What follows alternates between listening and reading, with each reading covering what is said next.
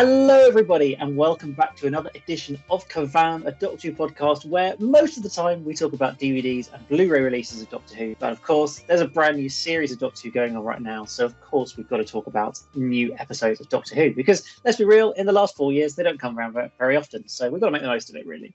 I'm sorry that we weren't able to do an episode last week; it just didn't quite work out in the end. But it means we've got a bumper edition of the podcast this week, discussing both Boom and the controversial 73 yards, debatable 73 yards. I feel there's going to be some discussion about 73 yards here, so strap yourselves in for that.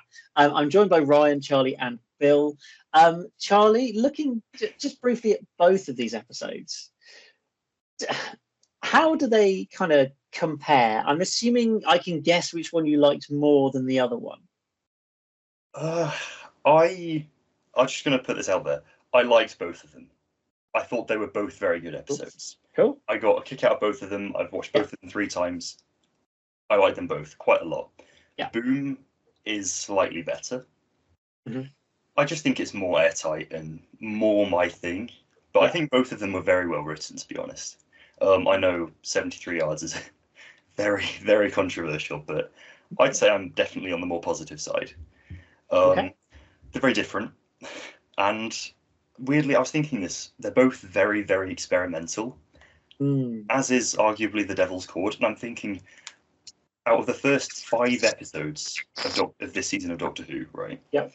Because Dot and Bubble is looking to be experimental as well. Why is 80% of the first 5 episodes weird and experimental?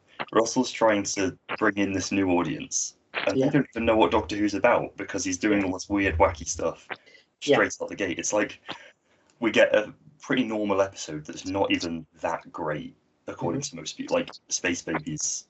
Yeah. Even if I kind of liked it, it's not it really for an opening. And then we get 4 weird episodes. It's like he's making it season 1, and most of this is just such weird Doctor Who. It's like what I'd give for like an Unquiet Dead right now, or a long game or something. Just something legit. I just feel like I want a normal episode of Doctor Who at the moment. It feels like, it's just so weird at the moment. Like, I've always generally enjoyed it when Doctor Who's done weird or experimental episodes. Heaven Sent is the most obvious example of that. But actually, you can have too much of a good thing. And when there's only 8 episodes in this series, it feels like we're spending a lot of time doing very weird things rather than let's just do...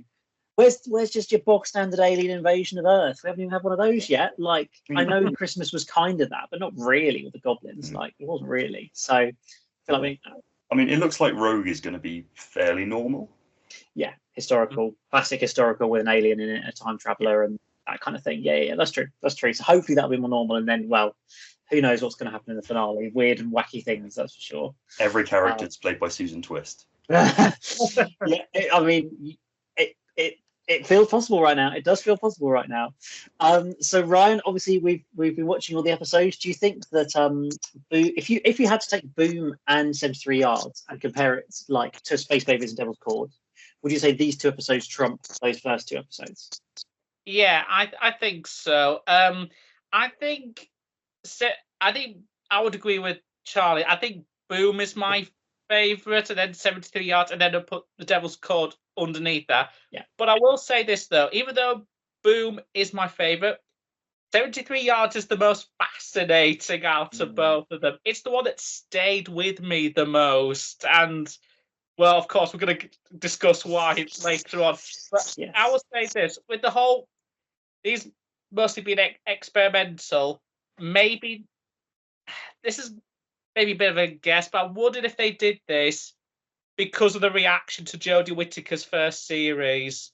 Because if you think about it, Jodie Whittaker's first series, it was mostly, well, even though there was 1 or 2 that was pretty unique, most of it was very bland, middle of the road Doctor Who stories. They were very safe, and I think Russell, I wouldn't be surprised if Russell did this to avoid those comparisons. Like, I think the ones you would say are the most safe of this first season with shooting has probably been the first 2, Church and Ruby Road, and especially Space Babies. So definitely, yeah.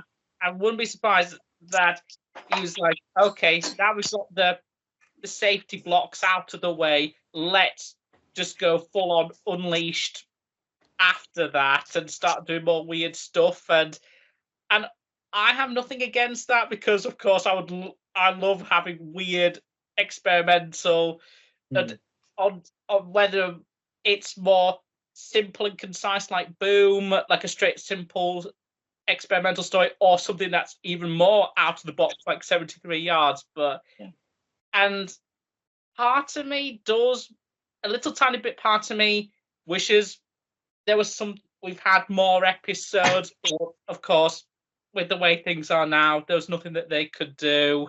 But yeah, I'm grateful that we've got more weird experimental episodes like I said, with The Devil's Court to some extent, and especially Boom, 73 Yards, Wild Blue Yonder, including that. And because having suffered through most of Jodie's era being as safe and as, well, not quite either safe or bland or average, it's good that we've got something like this to kind of like, yes, this is what, well, at least for me, like, this is what I come to Doctor Who for, something that's more out of the box and trying new things. Because it's Doctor Who, you can do anything, so why not go full on weird and experimental? I mean, it's a show with infinite potential, so... Yeah, no, it's very true. It absolutely is true. And yeah, I think I'm not going to complain necessarily for the show doing that. I just feel like there's a balance to be struck. And when the series is so short as well, I feel like if you're imagining the mystical brand new fan of Doctor who started with a church on Ruby Road, and this has been their first 5 episodes, never watched any other of the show, I feel like you'd have a very weird impression of what the show is, as opposed to starting from series 1 rather than season 1. I feel like that give you a much more rounded feeling of what the show is about. I don't know. It's hard. It's really hard to nail down what's best, but ultimately Russell's giving us more wacky stuff, and we're going to keep rolling with it. So, Bill, let's focus in on Boom firstly. We're going to spend the next 20 minutes or so talking about that. We've obviously had over a week now to kind of digest Boom and take it in. Stephen Moffat's returned to Doctor Who for the first time in 7 years. With a week to think about it, what's your overriding feeling on Boom as a story?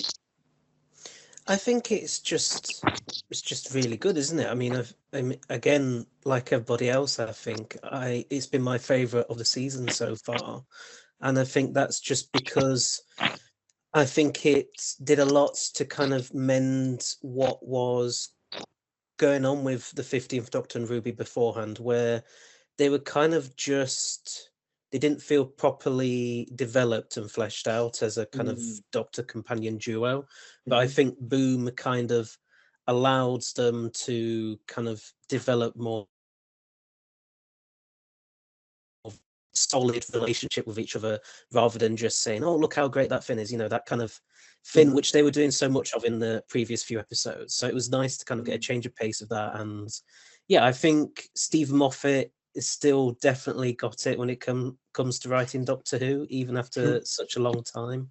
And yeah, I mean, I'm really glad that he came back, and I'm looking forward to what he does at Christmas. And yeah, I think it's just about giving your actors just some proper meaty kind of stuff to get into and stuff to really kind of act with, which again, like, The Devil's Cord was good, and Church on Ruby Road was pretty good as well. But especially Space Babies, it was just kind of, oh, look how silly this episode is kind of thing. It wasn't really taking, it wasn't really trying to make the best out of like Shooty and Millie's performances or anything. Whereas Boom definitely does. You've got real Shooty, to me, I think that was probably one of the first episodes where he truly felt like the Doctor to me. As much as, like, I would say it's not like he didn't feel like that beforehand, but he felt really Doctor in that episode. Like because he was basically just stuck on that landmine for the whole episode. And so obviously he has to try and use his speeches and words and stuff to try and inspire others to save the day. And I think that is such a Doctor-y thing to do. And so it just allows him to just have this much more interesting kind of material to work with and to really shine as an actor, I think. So yeah, I think Boom was just really good. I wouldn't say like a breath of fresh air, because there's still things to enjoy with previous few episodes, but it was something which I'm very glad we kind of got that development, that character development that really was needed with 15 and Ruby, I would say. Yeah, absolutely. I think it definitely gave the chance to enhance that relationship, and just in giving both actors more to work with, and more sort of emotional material, I suppose, as opposed to them just kind of getting excited about things constantly. As we saw in the first sort of, I guess, 3 episodes of them being together, we now see them really, in a pretty dire situation where the doctor's about to blow up, then Ruby gets killed. Like, it's all pretty dire. And so seeing them having that more sort of range of emotions, I think really helps just deepen that. And I feel like with Stephen's writing as well, you can really, I always when you can just tell it's a Stephen Moffat script. Just in some of the dialogue, the way the Doctor's written and things, when he starts babbling and that kind of thing, like it feels so like it's just only Moffat seems to write the Doctor quite like that. I found that really interesting. Sort of, I don't know what you think about this, Charlie, but I feel like kind of the 3 showrunners writing Doctors, I feel like Moffat's got the most defined voice of the Doctor, whereas kind of Russell's and Chris's Doctors don't kind of sound massively. They sound like the Doctor, but they don't sound so different. Whereas I feel like Moffat's ones are so that's Moffat's dialogue inspiring that. Absolutely, yeah. I mean, even if Stephen Moffat wasn't, even if it never said written by Stephen Moffat, you can tell. And I feel like, as amazing as Ncuti was there, and like you were saying, Bill, he does feel like the Doctor here. It's really, really good. It's 12th Doctor dialogue. Yeah, that's essentially, He's writing for Peter Capaldi, and this felt like it could be right in the middle of like Series 8 or something. Yes. And that's great. I love Series 8. Yeah, exactly. It felt like very much Moffat is back. He really has not lost his touch at all. It's really amazing, and I find it quite amusing as well. I watched the Unleashed for this one. It's the only. I'm really guilty of this. After Church and Ruby Road, it's the only one I've watched the Unleashed for. I don't usually get round to watching them straight away. It usually ends up being like 5 days later I actually get around to watching Unleashed, because all the quotes just go on Twitter straight away, the bits you need to know. Yeah, exactly. It's but I find it quite amusing how they have the budget now to make their own quarries. Literally, yeah. They don't have to go to some naff one in Yorkshire or something anymore. They do it properly. Yeah, exactly. It was. You can kind of tell it's just in a studio. I thought that. It's really interesting because obviously it's really high budget and looks really good, but you just kind of get that sense the whole time that actually we're not in a real place here. Yeah, it feels very claustrophobic, and like I don't know, the CGI, it just still looks a bit weird. Like, this is a Disney budget. Where is it going? Yeah. Like, I don't know. The CGI this season just still looks like the exact same as in the Chibnall era, which it's not horrific CGI. It doesn't take me out of it. It's Doctor Who, it's not famous for good CGI, but where's that Disney Plus money going? No, I know exactly what you mean. Yeah, it does. Yeah, I do feel like Boom in particular felt just a little bit, like not that believable of the place that we were in. Yeah. It really felt like a studio. I think it would work very well as like a stage play. It's just in one place, and it really relies on the actors. Like, Ncuti and Millie in this are just incredible. Yes. It's like you guys were saying, it's their dynamic that really sells it. And I don't think I'd ever say this about an episode in one location, but I think it could have used a full hour, to be honest. Like, there were some parts of it, like the resolution. It just felt a little bit like, Russell's amazing at getting people into an absolutely horrible situation, and then he writes them so deep into the situation he doesn't know how to get them out of it, and he just rushes something and comes up with some, wave the Sonic and it's all good. Russell, Moffat, Stephen, this one, they're both doing it. I feel like Moffat's generally better at it, but he did do it in this episode, and I did feel the resolution felt very rushed. I'm just watching it again yesterday, like, it felt so jarring between the whole, like, the AI things taking over, just defeating the ambulance. Suddenly the Doctor and Ruby are hugging, and suddenly immediately cut to that last shot of their last scene of them staring at the moons and stuff. I felt like that was so just like boom, boom, boom. Okay, end of episode now. I think pretty much, besides Space Babies, all of the episodes could have done with an hour. Yeah, I agree. 100%. 100%. Really, Devil's Cord, just a bit more stuff. It just feels so rushed. Boom, like expand on that. The story between the other two Anglican Marines as well, Mundy Yes. and I can't remember his name. No, I've forgotten his name. I'm sorry. I can't remember. But expand a bit more on those two, because it doesn't really feel too like awful when he dies. It's just kind of like, I don't know, expand on them a bit more. Yeah. You know, flesh out the resolution a bit more, and you've got a more perfect episode. But this was still really good. Yeah. Yeah. And obviously, it's sort of added to, there's like a quadrilogy now, like a Mount Rushmore of capitalism is bad Doctor Who stories, being the Sunmakers, Oxygen, Kablam, and Boom. Yeah. And it's very much those four. Yes. Yeah. Literally, they're all kind of trying to tell that same point to different degrees of success or enjoyment or whatever, I guess you would say. And our podcast is vaguely named after one of them, although not necessarily intentionally. Which is always quite funny. Ryan, obviously, one kind of important thing, which I must confess I did not realise until after this episode ended, and I went on Twitter, that it's got a new companion in it. Like, what's going on there? Like, I'm really bad. I didn't notice this. I did not realise this. Like, didn't even twig at all. And then I was like, oh, wait, what are you guys talking about? Of course it is, yeah. So, Verada Sethu is in this episode. What's going on up there? What do you think? I will admit that caught me off guard, because after the I did not recognise, I think it's because of her hairstyle in the story. Yeah, she had a wig on for this, yeah.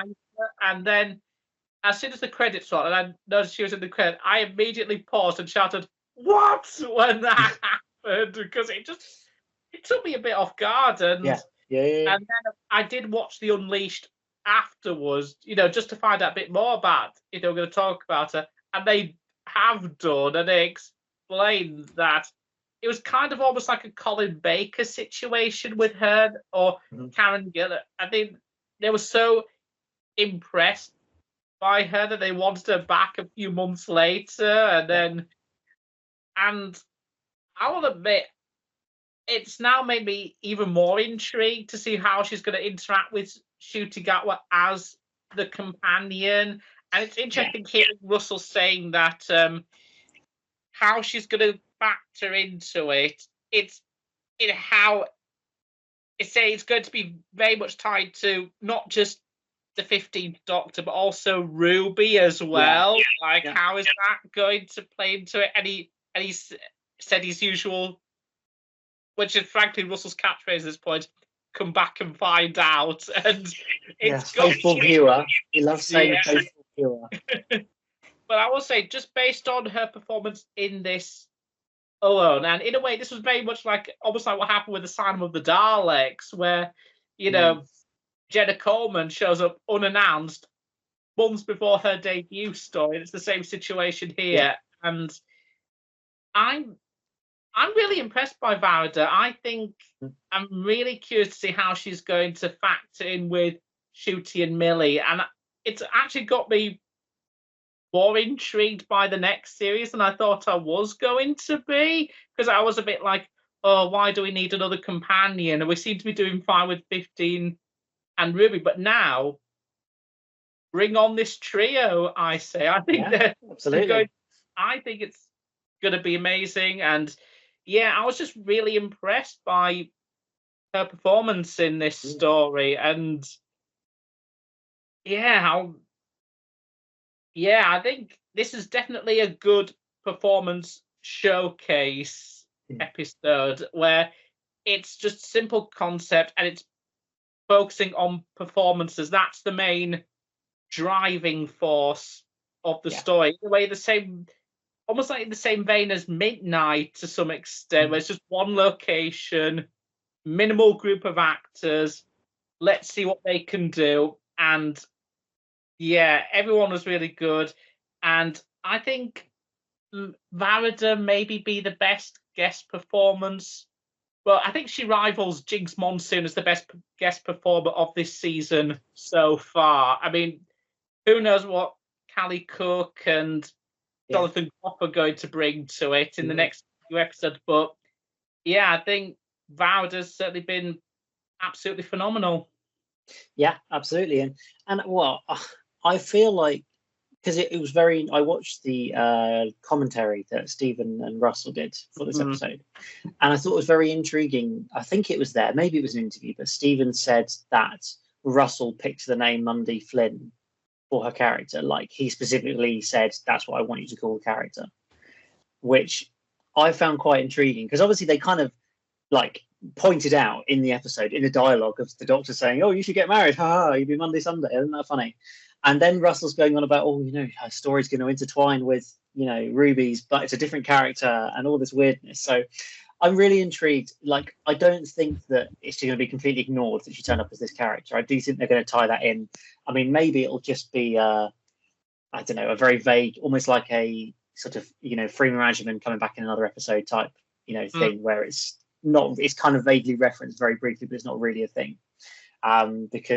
But then the Doctor spent a whole episode with her, so surely that's going to be a thing when this same same actress turns up again, unless they're just going to pretend she looks completely different or what? I don't know.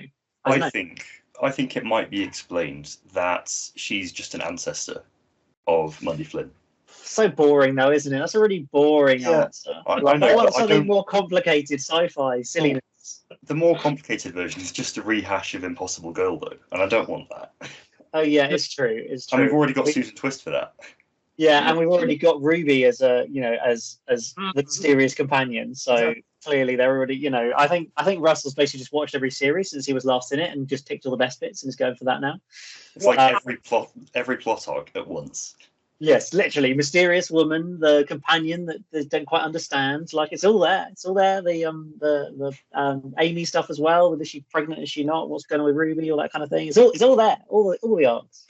I will say this: with this first season, we've had with Ruby, Mrs. Flood, Susan Twist's character, and now Varada, and even to some extent 73 yards with this mysterious, the mysterious old woman here.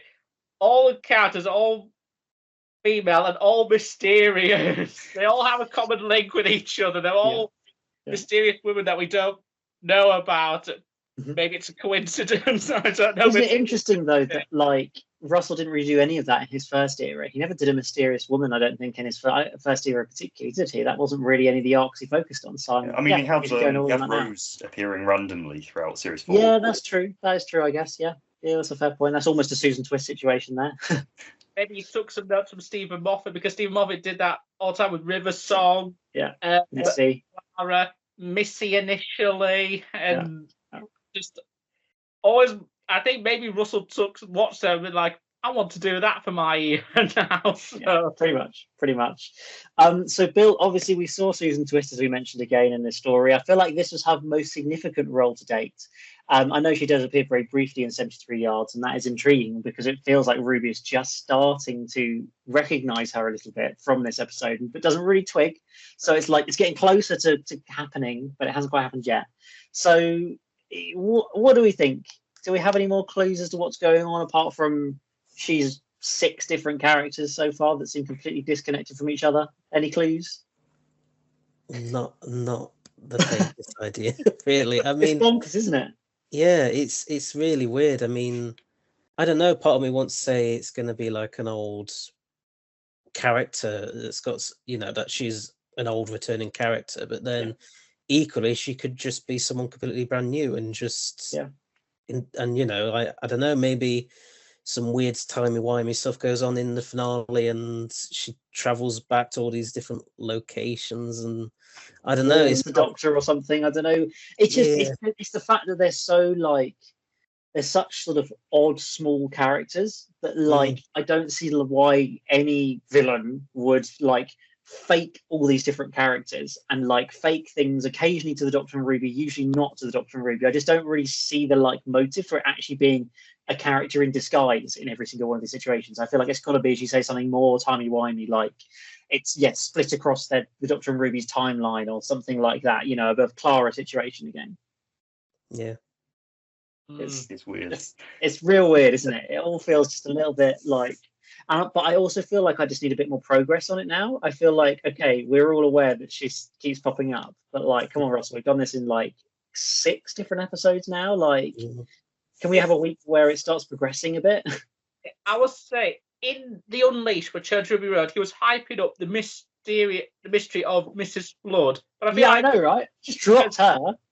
has been popping up more times, and Mrs. Flood has only turned up twice now. It feels Yeah. like Susan Twist has been more significant than Mrs. Flood. Is kind of like, is he trying to hide something with Susan Twist? Is he perhaps more like important than Mrs. Flood's character? I feel like of all the mysteries, because I feel like this season has had so many plot arcs being added. Yeah. I just get the feeling that the whole Mrs. Flood thing is going to be the least impactful, the least out of all of them. I don't know. I have a feeling. I feel like it could end up in a situation where we get to the end of the finale of this series, like they defeated Susan Twist or whatever she turns out to be, or I don't know, whatever that plot is resolved, and then the last scene of the finale will just be another like mysterious Mrs. Flood thing, or she suddenly turns it, something to tee up the next series. Basically, I don't think she's going to be a real part of this series. She's just kind of, I don't. If she's not, then I don't really get why Russell bothered putting her in Church and Ruby Road. But I do feel like she's just not the mystery of this series. She's going to be a season 2 mystery. I don't know. What do you think, Charlie? I think it wouldn't surprise me if this is like a season 3-4 mystery. I think it's not out of the question if this carries on to like the 16th Doctor's era, and it's just we still get Mrs. Flood just at the end of each season or every Christmas special or something.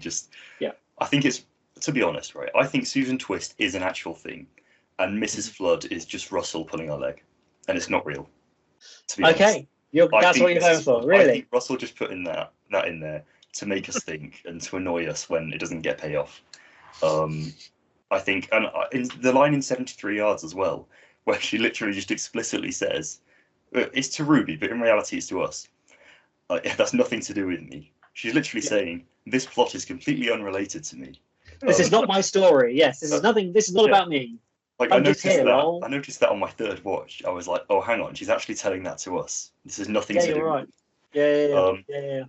I don't think Mrs. Flood will actually turn out to be anything, to be honest. And if she does, it'll be a while, because Susan Twist is just such a more obvious. Well, initially I did think it was Russell just joking around, to be honest, and just putting the same actor and everything for the sake of it. But because of Ruby's line in 73 Yards, that changes things, because Ruby recognised her and then just was like, oh no, that's not the right, and brushes it off. But she's starting to realise, and I'm very intrigued about whatever role she plays in Dot and Bubble.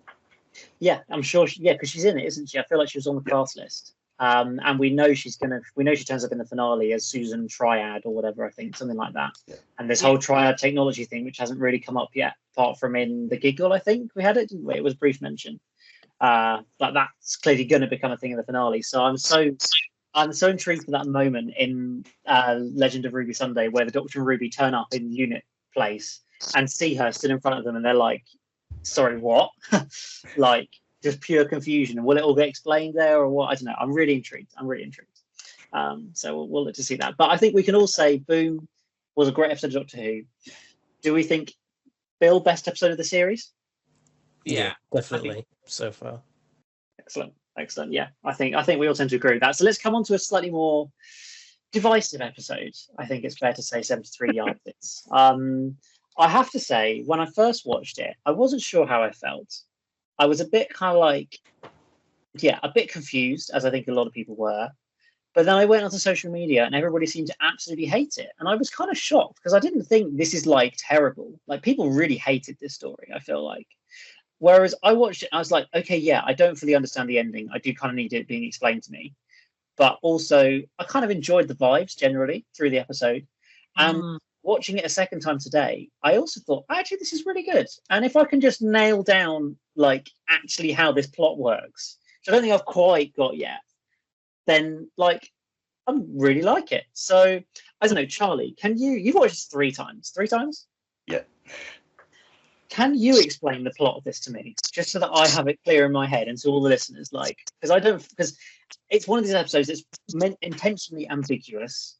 There is no explanation at the end. It's just all left to kind of interpretation. So how do you see that this all happened? So So the whole like string circle that the Doctor steps on and Mad Jack and everything.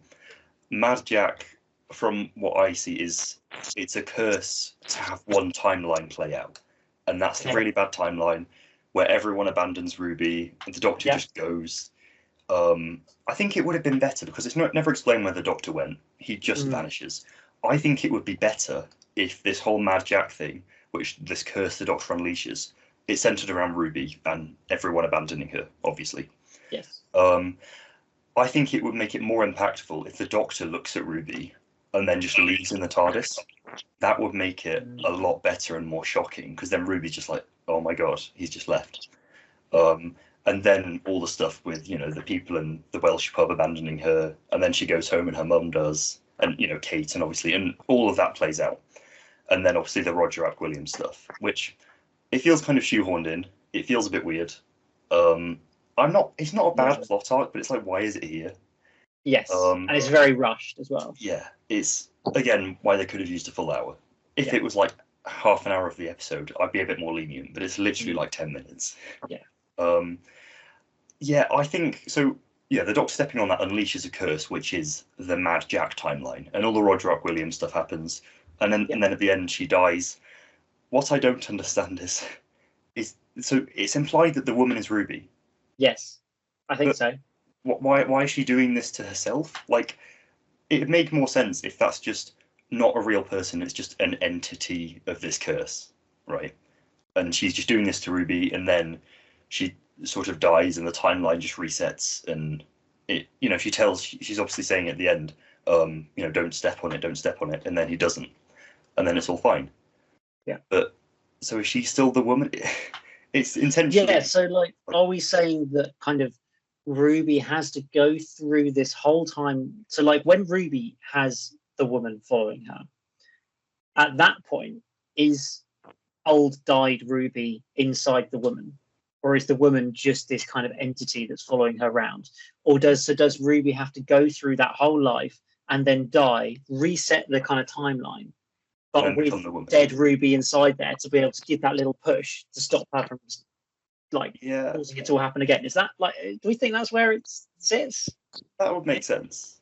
And I've got a Tumblr, this fan from Tumblr right here, and I think this has got a bit of traction, and I'm wondering whether if it makes sense, but it says that the thing is, break the fairy circle, you get yanked by fairies, and that's what happened to the Doctor. He's yanked out of the narrative. Everything else was on Ruby. She had to make this make sense. She had to create rules to fix it, and she has a part of us kind of split and become magic, and in a way the circle is sort of a defense mechanism, a way of stopping itself from ever getting broken. It does this by creating a splintered timeline around the break of the circle with the absolute worst life they could ever imagine, with all their worst, deepest fears coming true. And for Ruby, it's her fear of being abandoned and people that she loves leaving her for seemingly no reason whatsoever. So it gives her this life, and then at the end of her life, has her go back and stop herself from ever breaking the circle. The reason why we never really know why people even run from her whenever someone goes and talks to her is to feed Ruby's trauma of, again, abandonment and of isolation. And the reason we can't see that old woman's face, even through cameras, is because it's Ruby's only companion in life. It's a part of her and is always distant, feeding into her loneliness even more, basically. And that was basically the theory. And I can, in a way, there's a line in it where Ruby says that she didn't want to go on a plane or travel through water, because she feared that if she tried that, get rid of this woman, a part of her would die. And in a way, you see that this as being sort of a version of Ruby that's basically like a physical manifestation of her worst fears to some extent, like of a fear of abandonment, of isolation. It's basically taken physical form. So Yeah, I can certainly see it, and I think I do agree that one of the key themes of the episode is about abandonment and Ruby being abandoned by everybody in her life. Like that is very key to that story they're trying to tell there.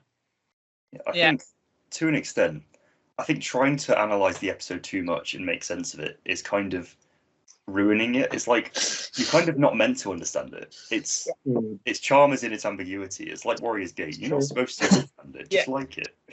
I think my journey with this story has been absolutely. I've been on a bit of a journey with this story because after it finished, half of me was like, "Whoa," and another half of me was like, "What?" And I didn't do anything for like an hour and a half after it finished. I just sat in just deep in my thoughts, just thinking, what did I just watch? I just thought, after I watched it, I just thought, that is an experience that I've just had and will probably never have again. It's such a unique like experience with it, and it took me like lots of hours just trying to get my head around it. And part of me was thinking, like, is this meant to be theorized? Is it meant to be sort of, trying to make sense of it? Is it that? What is it? It's kind of like with Ghostlight in a way. So I can kind of see this as being the Ghostlight of modern Doctor Who. It's this weird, baffling story that it's like, do we need to try and make sense of this and all that? And then around halfway into the day, I just thought to myself, and in a way, Charlie said it best, where it's just like, what if I just not think about trying to make sense? What if I just let go of that analytical part of my brain, stop trying to make it make sense, just let go and just trust it? It's like that. I'm just reminded of that line from the Chris Nolan movie Tenet. Don't try to understand it, feel it. It's very much a vibe story. That is what 73 Yards is. And even though Boom is probably my favourite episode of this season, this is the one that has stuck with me the most. It's really fascinating, and I don't know if I'm ever going to have another Doctor experience quite like this one, honestly, because and in a way I actually kind of love this story, and funny enough, my niece, who says Space Babies is her favourite one, I expected her not to like this, and she actually really liked this. So great. It was amazing, and so this is definitely one choice I'm going to look back on, and I'm just thinking, like, man, what an experience. It was kind of like with Heaven Sent to some extent, where that was basically sort of an allegorical story about grief and just all you and in a way the monster in that story was sort of like you could say that monster, the Veil, has been like a physical manifestation of the Doctor's grief of sorrow, and his fears trying to catch up with him, and no matter how much it's beating him down, he always gets back up again. And in a way, it's the same thing with here, with about Ruby's sort of struggling to an allegory of a fear of abandonment taking form, causing all the people people she cares about in her life to completely distance themselves from her. And then it's sort of in a way she kind of learned to love herself a bit, like she is her own company to some extent, and that is, I think, just part of the charm of this story. And funny enough, Katie Manning posted a video on Twitter a few hours ago saying that she was absolutely blown away with this story. So that's cool. That's very cool. I like that. Yeah, that's really good. So, Bill, did you go on a journey with this episode, or was it more, you had an opinion straight off and that's kind of stuck with you since you watched it? I mean, I've only watched it twice, so it's kind of like literally just before we did this podcast, I watched it a second time. Okay. So it's kind of like I feel like it's difficult. I think the more you watch it, probably the more you'll kind of be able to figure something out with it. But yeah, I think what Ryan was saying about that theory was really good. I think that theory might have nailed it on the head today, yeah, because I think that makes a lot of sense. Although I do still feel like, it must have been whatever was said by the woman to, especially Ruby's mum, Carla. Yeah. It has to have been something pretty awful about Ruby, because I'm guessing it's something to do with Ruby, because literally every character, I think, more or less looks at Ruby when the woman is saying something and then runs off.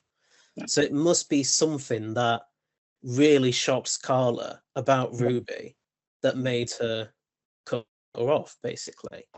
So you then think, well, what could that be? Like, how could a parent suddenly decide to cut off their child? Like, why would they do that sort of thing? And it's really interesting. But yeah, I think it's something which, I don't know, I think I understand why people don't like it, because it's not giving them straightforward answers.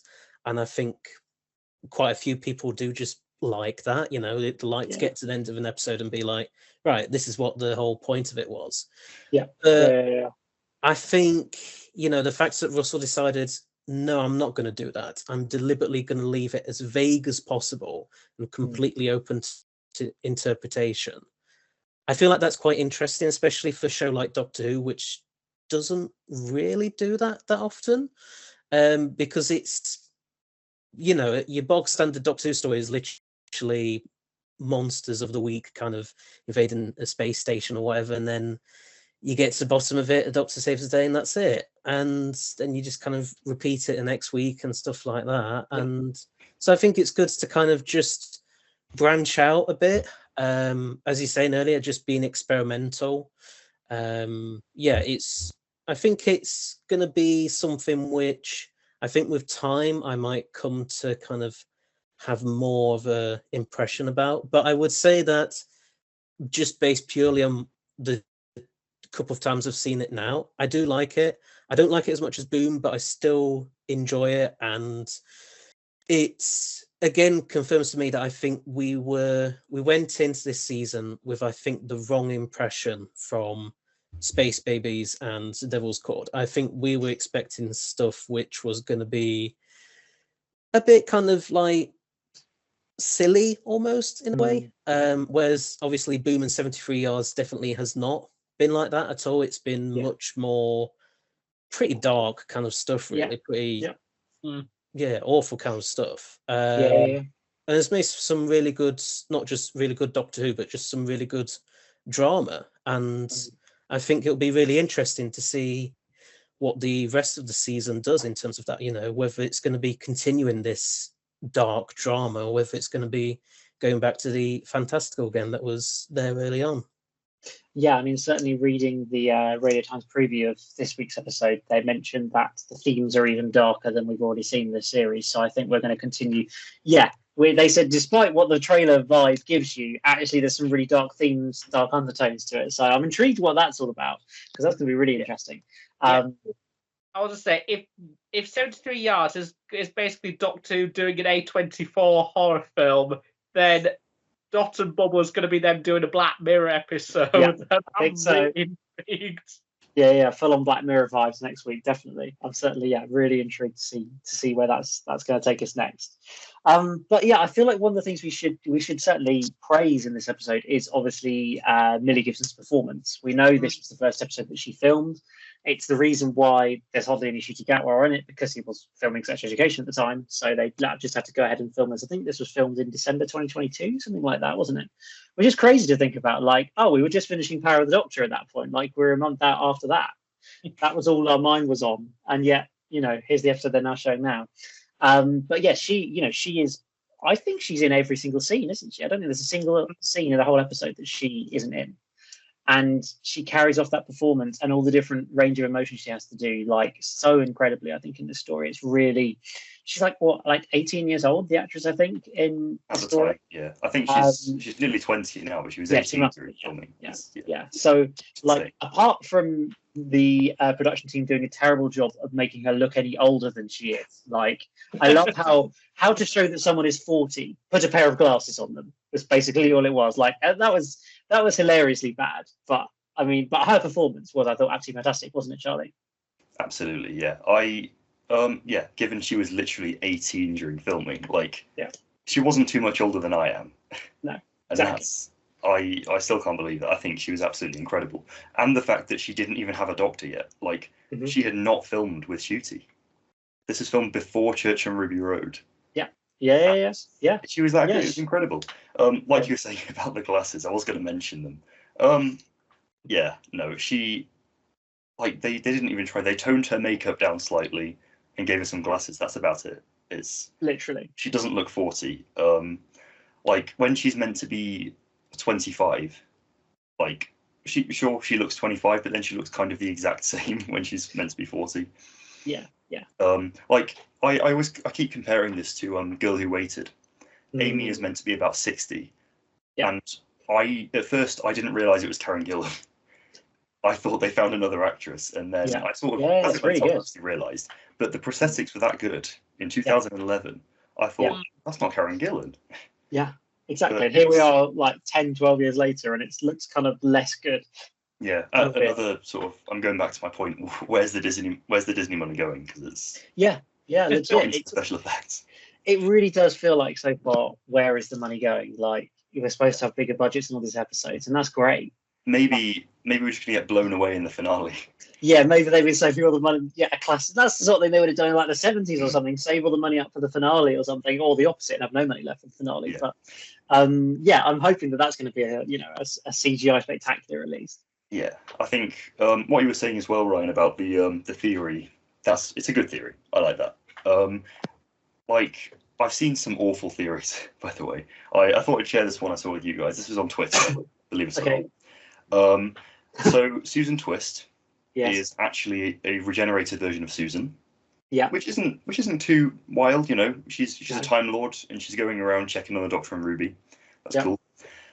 Ruby is her daughter, and you know the hooded woman is Susan Twist. So that makes Ruby a Time Lord. And the old woman is actually the Watcher. I'm not sure about that bit, and I do feel like in Boom, the fact that she flashes up as human on the ambulance thing, and the fact she doesn't regenerate, does also kind of play against the idea of Ruby being a Time Lord. I'm not sure. Well, she's only 8th Time Lord. Sorry. Okay, so that means she can't regenerate and stuff. It doesn't show up. She's actually just a human. Okay. But then who's the father? If that's is it what's his face from Dalek Invasion of Earth? I don't know.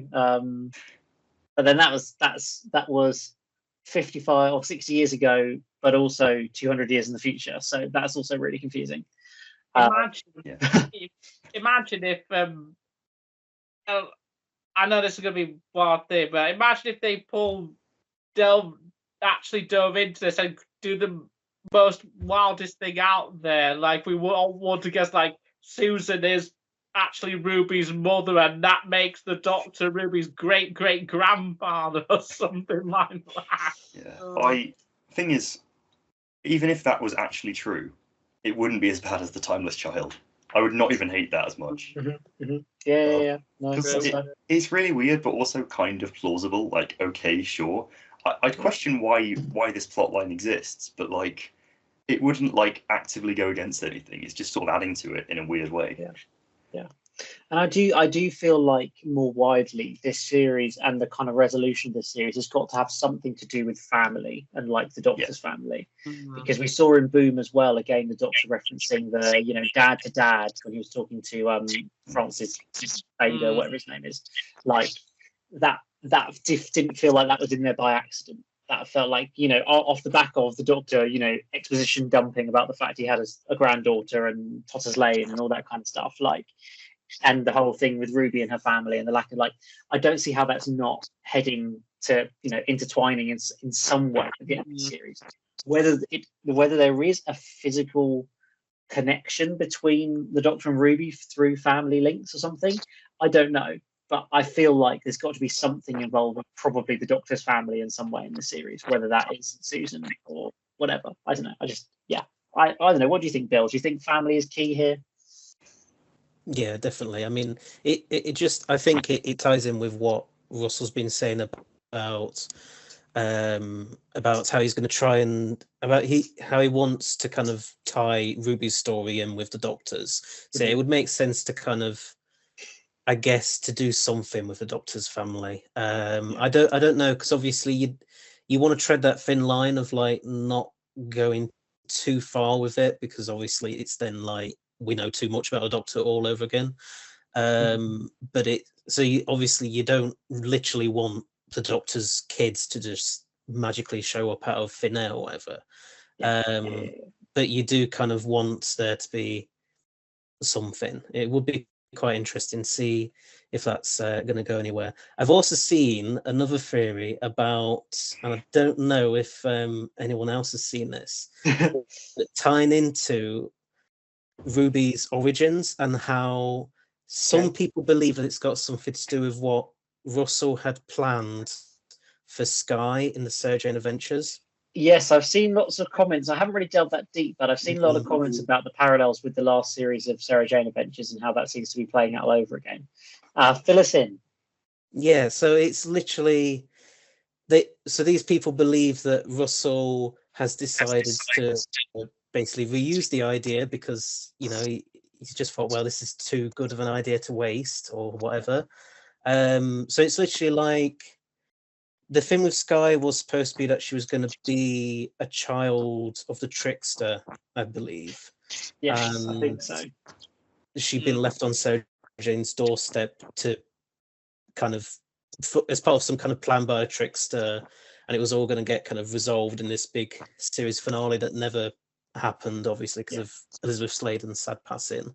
So the idea is that Russell picks that up and decides to go with it again for Ruby.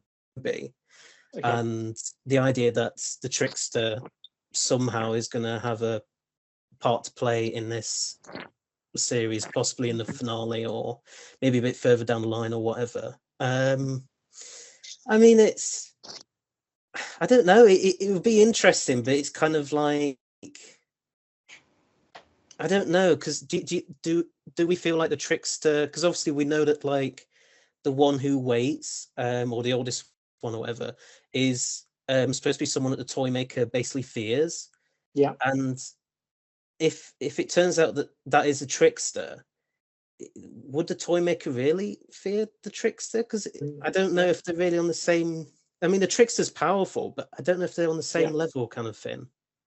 Yeah, it's a really interesting one. The trickster doesn't feel like he should be at quite that level. I don't know. I kind of wish Sarah Jane Adventures just kind of kept Sarah Jane Adventures. Like, I watched all of Sarah Jane Adventures when I was 13, and I thought I was too old for it. I just kind of keep the spin-offs to themselves. Don't time in too much. Like, have like Torchwood referenced occasionally, but just don't overdo it. Yeah. No, I know what you mean. I will say this: I wouldn't mind them bringing back the trickster as maybe another, but only as like another like part of the pantheon sort of thing. Because, funny enough, my niece has watched every single Sarah Jane Adventures story and she loves them, obviously. And the trickster was one of her favourite villains. And I'm watching those stories again. I wouldn't mind seeing him back. I don't know how he could be the oldest one, the one who waits. I mean, I know Russell said that the way that it makes it seem like, with the toy maker saying his legions are coming, like he was like the most important one, and Russell said that he's not. And he said, we're going to find out more about that, with presumably the one who waits, the oldest one, whoever that is. And does me wondering, is the oldest and the one who waits, is he going to be like an old returning godlike villain, or is it a completely brand new character that you've made up? I mean, because that's the question. a returning villain, it would have to be someone like, the Trickster, but was one of them, or maybe like it was like Sutek or the Beast or something like that. I mean, or if it was just like a completely brand new character entirely, it does raise that question of, because both the Toymaker and Maestro were scared by it, and it does have it, considering how powerful and godlike they are, what could be so bad that it frightens a pair of gods, basically? It does. I mean, that, I will say, is the most intriguing out of all of them, just because of that little question that I have. And again, it's just a case of, is it a returning enemy, or even Fenric, someone like that? I mean, it would be cool if it was Fenric or someone like a reincarnation of the Beast. I mean, Ncuti Gatwa has done another interview recently where he's saying like the Beast is his favourite villain that he would like to see come back. So, I mean, if it was the Beast, a reincarnation of him, I wouldn't mind, honestly, because I love the Impossible Planet and the Satan Pit. So, the Beast was such a great antagonist that deserves to be reincarnated and to come back as an enemy in Doctor Who again, just as long as we don't get the bloody Master and the Daleks again. And what I find really intriguing is the fact that we don't actually have a clue who the villain of the finale is, because I feel like for most of the recent series it's been the Cybermen or whatever, and we've known that like a year in advance or whatever. But this time we have that mysterious synopsis of some deep dark secret underneath, like the unit base or something, in the depths of unit. There's some secret that's going to be unleashed or something, and we know there's this whole thing about the one who waits. It's notable they've only ever said the one who waits, so it could be male or female, could be some mysterious woman that we've seen a few of, or it could be an alien or a man or whatever. But yeah, I just find that intriguing. I think that we haven't seen that at all. I think, it's really cool how it's not the Master of the Daleks or the Cybermen. Well, hopefully it's not. I mean, they haven't. It could still be. It's secretly Davros and an army of Daleks. And yes. If we look at like 2005 onwards, all the finale villains, Daleks, Cybermen, and Daleks. Yeah. Daleks. The Master, Daleks, and then at the end of time we've got the Master. Yeah. Series 5 is kind of all of the monsters. Yes. Series 6, it's silence, sort of. It's weird stuff. Yeah. Series 7 is the Great Intelligence. 8 is the Cybermen. 9 is whatever. It's kind of nothing, but yeah. It's a bit, but nothing. The bad writing in Hellbent is the villain. I like Hellbent, damn it. It's such a letdown from heaven's sent. Yeah. Series 10, Cybermen. Series 11, we've got Tim Shaw. Series 12, we've got the Cybermen. 13 is just kind of everyone. And then, here we are. I feel like as long as it's not the Cybermen, we'll be all right. Like, listen to that list. There's a lot of Cybermen finales, isn't there? There are. I mean, there's like 5 of them. It's ridiculous. Yeah. I think Maestro said that one of the said he can't have been there, so it makes it seem like it's a he. Okay, that's fair. Yeah, that's a fair point. But then again, maybe this being can change genders. Who knows? Maybe it's like another pod. Who knows? I mean, who knows? Maybe it's an evil version of the Doctor. I mean, it's possible. It could be. The Valiard is returning. The Valiard back, yeah. Yeah, exactly. And as funny what you were saying, Charlie, and this is very off tangent. Look, I was actually watching Hellbent again recently, and I will say this: I love parts of it, but there are parts of it that are really good. But as a whole, it doesn't completely work. I will say, it's a story I find both just beautiful yet frustrating in equal measure. It's not like a horrendous episode for me. It's just that it's after Heaven Sent. And if you've got like a sort of pseudo 2-part finale, the second part better be not as good as Heaven Sent, but like it's got big shoes to fill, and it just lets it down massively. It such breaks the momentum of Series 9 for me. Yeah, that's fair. I'd like to see Rassilon come back, though. I think I would like to see, and even though we're getting these like godlike beings returning, like the Toymaker, and then we're getting this like the child of the Toymaker with Maestro, getting these godlike villains. I would like to see some like like obscured, like what a Time Lord villains come back, like Rassilon or Omega. I want Omega to come back, and they never bring him back. And I think Well, if he's trapped in the antimatter universe, does that mean he wasn't killed when the Master killed all of the Time Lords because he was in like a different universe? So do we think he's dodged that bullet? So now can he come back? I mean, as long as his weird little like chicken pet is killed off. True. Yeah, not a fan of that one so much. Yes. And also, Get on with Alpha Infinity. What a story. Yeah, and Rassilon was kicked off the planet at the beginning of Hellbent, so he's open to come back. I mean, I would like them to, if they bring back enemies, I would like them to do like obscure ones and maybe one-off ones that deserve like a modern reintroduction rather than having to rely on the Master all the time, since we've had so much Master lately, because he was practically main antagonist in both the 12th and 13th Doctor's eras, like a main driving force. And I'd like to see a break from that. I mean, I wouldn't mind the Cybermen, but as long as they do something new with them. I think of the three major models with like the Dalek, Cybermen, and the Master, I think the Cybermen are the ones I would like to come back the most, because I feel like you could do something. I feel like you could do a lot with the Cybermen, right? Whereas I think the Daleks would be in the middle and the Master definitely not. I do not want to see the Master return anytime soon. I mean, have you guys, this is really like a massive tangent. We're not talking about like season 1 anymore. Have you guys listened to the Big Finish spare parts? Yeah. I'm pretty sure I have a long time ago, yes. Yeah. It's my favourite Cyberman story. And I'm not like a massive Big Finish, like, I'm not one of those who's listened to all of them and thinks it's better than the TV series. I'm not like that, but I have listened to a few. Spare Parts is incredible. I'd really recommend it. It's fantastic.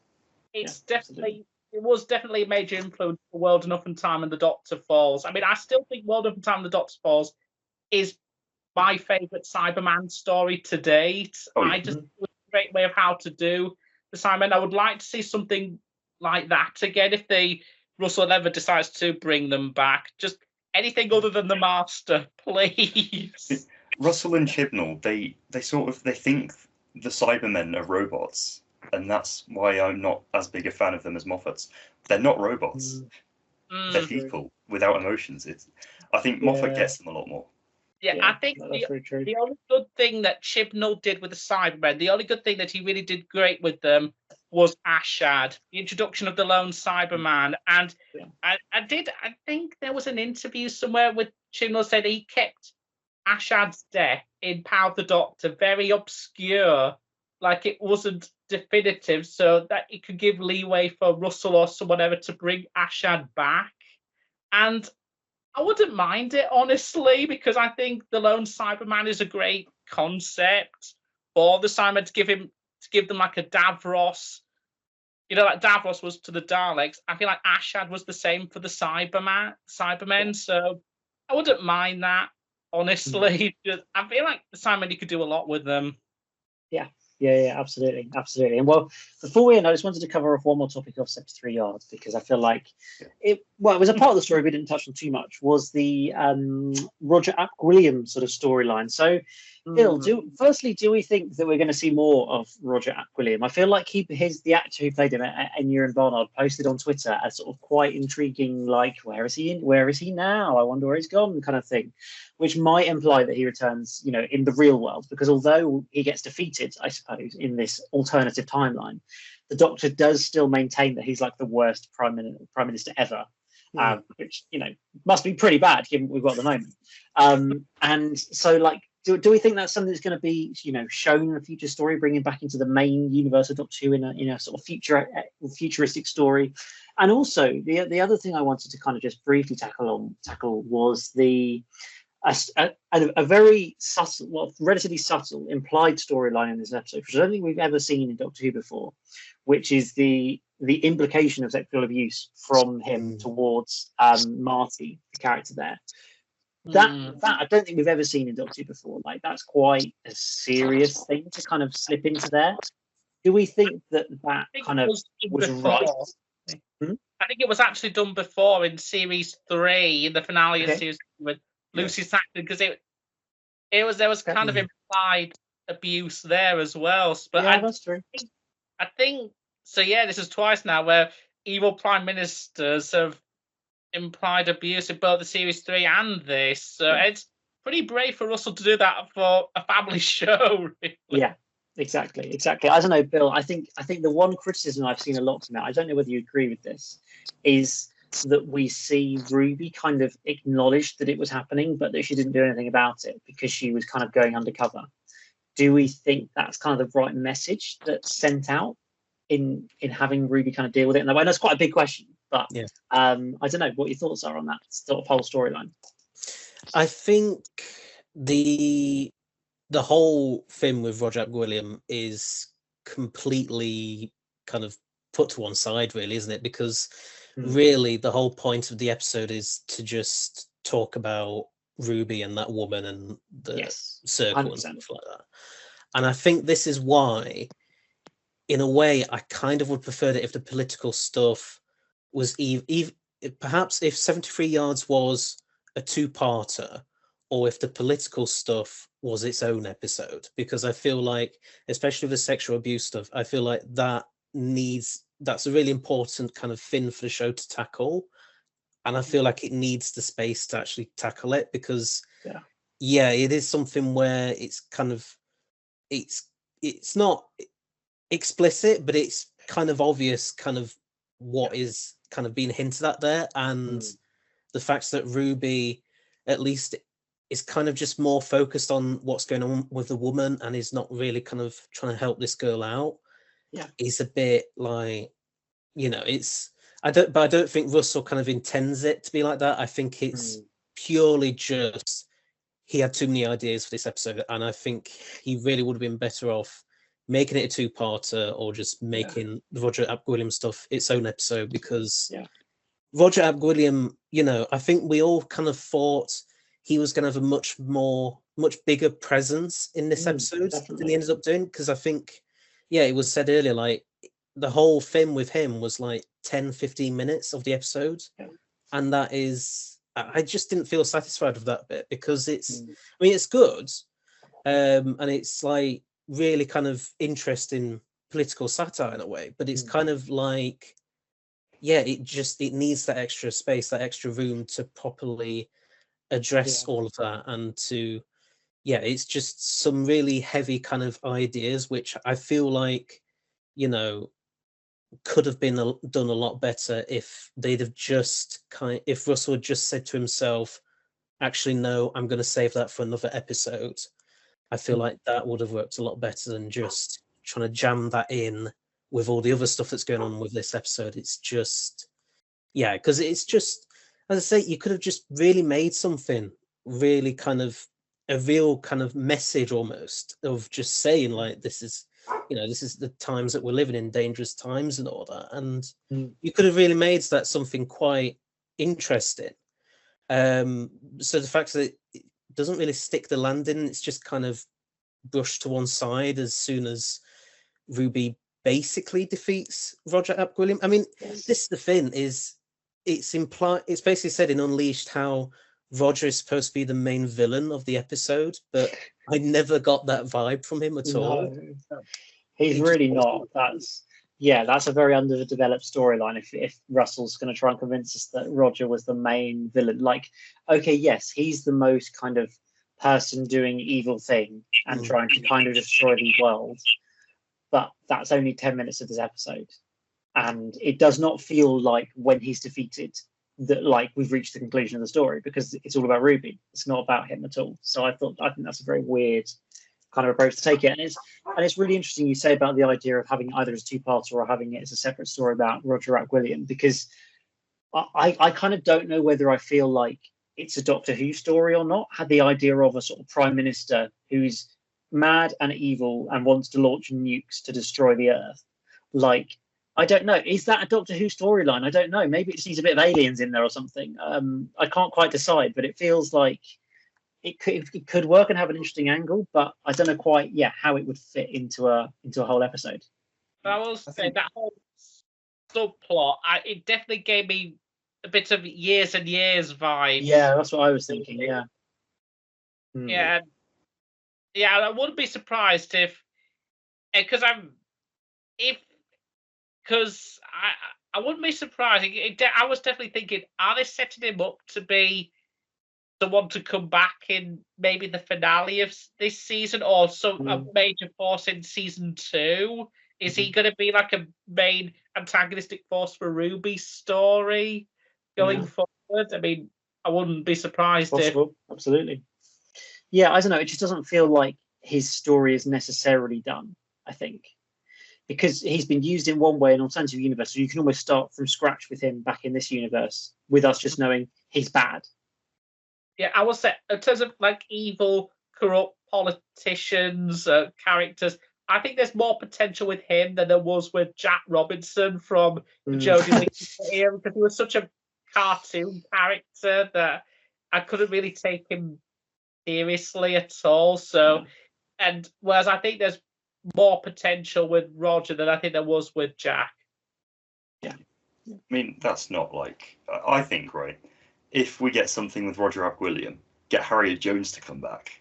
Yes. Harriet Jones. She didn't actually die when the Daleks exterminated her. They exterminated her next door neighbour at the time. It's fine. It's fine. That would be awesome. Harriet Jones versus Roger Ap William. That's what I call a fight. I mean, I guess the problem would be that she'll probably be about 100 or something when it gets to 2046. That might be the issue. Yeah, that's... Well, yeah, but by the way, about the stuff you were saying about Marty, I think it's very obvious that some scenes were cut. Because what's the purpose of the whole Marty thing? It's like, I think it's very obviously they needed the whole hour. I mean, I heard some theory that said this would actually be one of the best classic Doctor Who stories of all time. Had it been a 4-parter with Sarah Jane Smith, stick it right in the middle of season 13. Part 1 in Wales. Part 2 is the, with her mum and everything. Part 3 is Roger Ap William, and part 4 is Old Ruby, well, Sarah in this case. Yeah. It would be like one of the greatest Doctor Who episodes of all time. But they only had 45 minutes and not 100, so... Yeah, it's so frustrating because I feel like we've said it, and I've seen a lot of people say it about every single episode of this series, is it's too rushed, it's not long enough, there's too many scenes cut out. And I just don't really understand the reason for that, because Doctor Who fundamentally isn't being made for BBC One for a 45-minute slot anymore. Like, that's not actually its primary goal, really. Its primary is being on streaming services, where probably, let's be real, Disney Plus is the priority over BBC. And it doesn't matter how long an episode is. You look at The Mandalorian or whatever, like one episode's 35 minutes long, the next episode's an hour and 10 minutes long. Like, it doesn't matter. So I don't understand why... Stranger Things these days, like the latest season of Stranger Things, the average episode was 90 minutes long. Yeah, exactly. The finale was 2 hours and 30. It was just, I don't know why we're limiting ourselves. Yeah. And it feels like, because I'm pretty sure, was it in the Christmas commentary? Russell said, "Oh yeah, the guys who are filming this commentary will sort out the deleted scenes for the DVD box set or something."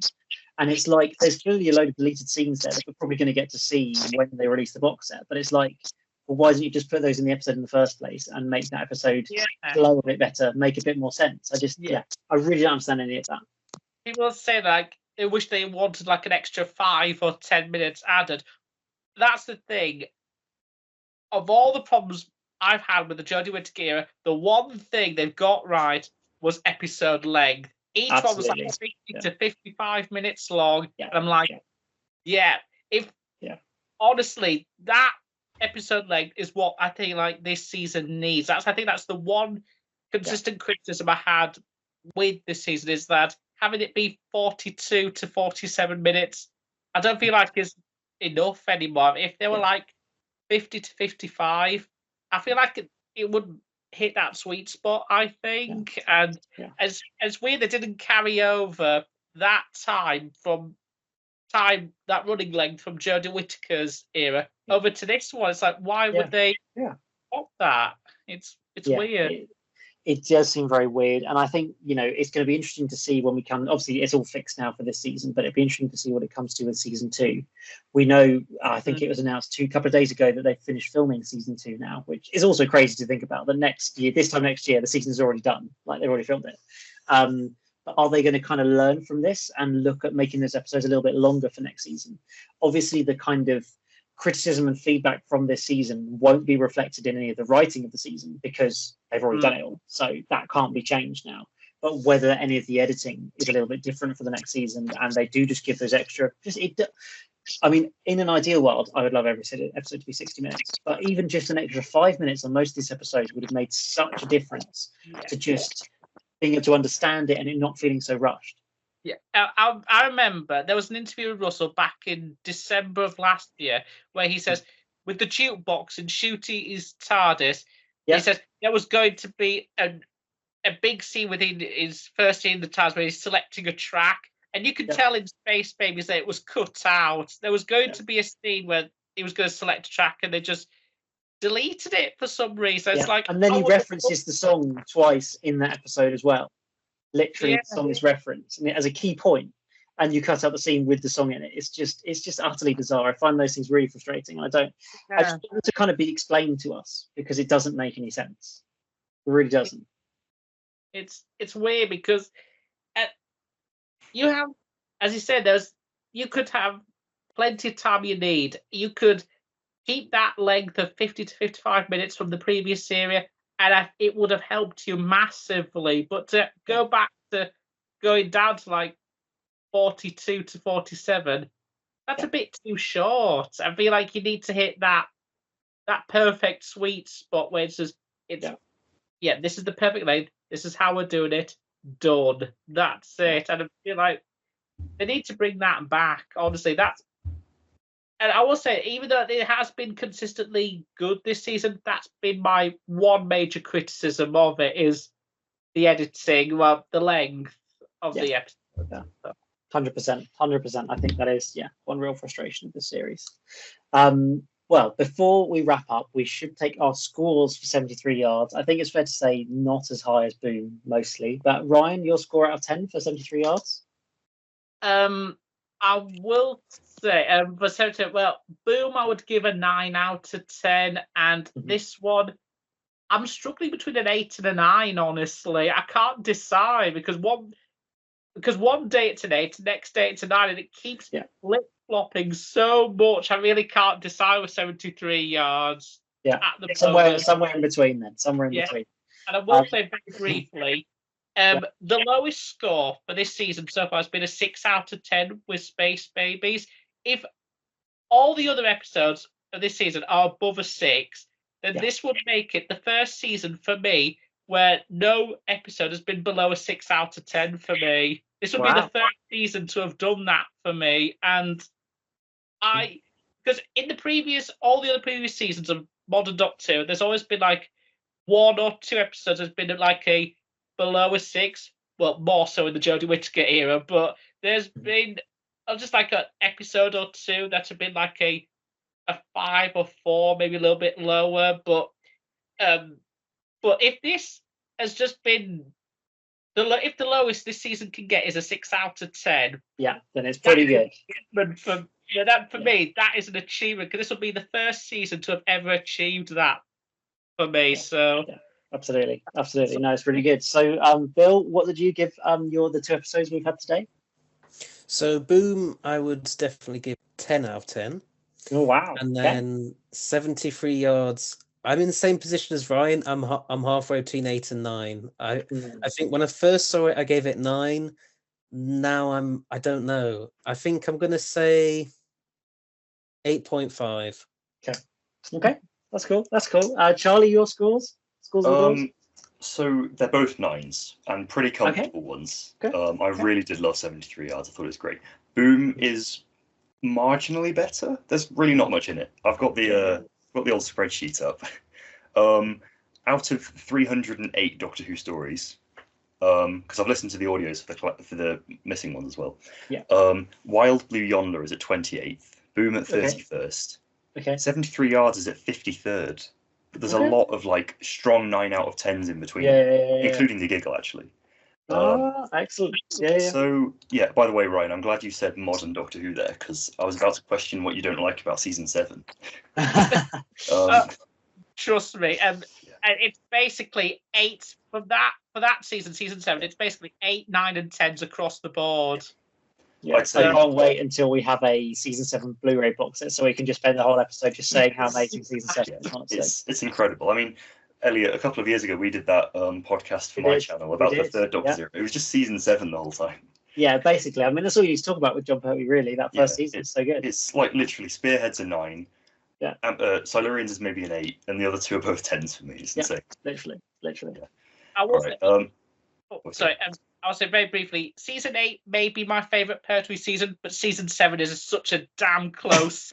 It really is such a good season. It really is. Yeah. But both 9s, both much stronger than the first two, I'd say. Mm-hmm. Yeah, I tend to agree. I feel like, so I think Boom I give like an 8.5/9, somewhere around there. I do really, really like it. I think it is probably the best of the series so far. I feel like 73 Yards, I should give a 7.3 out of 10 just because of the title, but I feel like it deserves an 8. So I think 8 out of 10 feels about right. I think when I first watched it, it was probably a 7, but on second viewing, I think I put it up to an 8. I think I've enjoyed it a bit more, almost knowing what to expect from it a little bit more rather than just kind of being a bit confused. I think that kind of, brought a bit more enjoyment out of it. So I was pleased about that. So we will this time be back next week to talk about Dot and Bubble, a story which I again feel like is going to be controversial. Just reading the preview thing that Reddit Times have done, it really sounds like, it's going to be a real debatable, a lot of discourse, all that fun stuff that we love as Doctor Who fans. I cannot wait for it. We've got 4 episodes of the series left. It's kind of scary and weird to think we've only got 4 more episodes of Doctor Who. Like, what's going on? But we will be back next week to review Dot and Bubble. So do join us then in about a week's time to be able to check that out. Remember to check us out on Spotify, on Apple Podcasts. Always remember these things. And on YouTube as well, on my channel, EMS Productions. But for now, from me, Ryan, Charlie, and Bill, for this week at least, it is goodbye.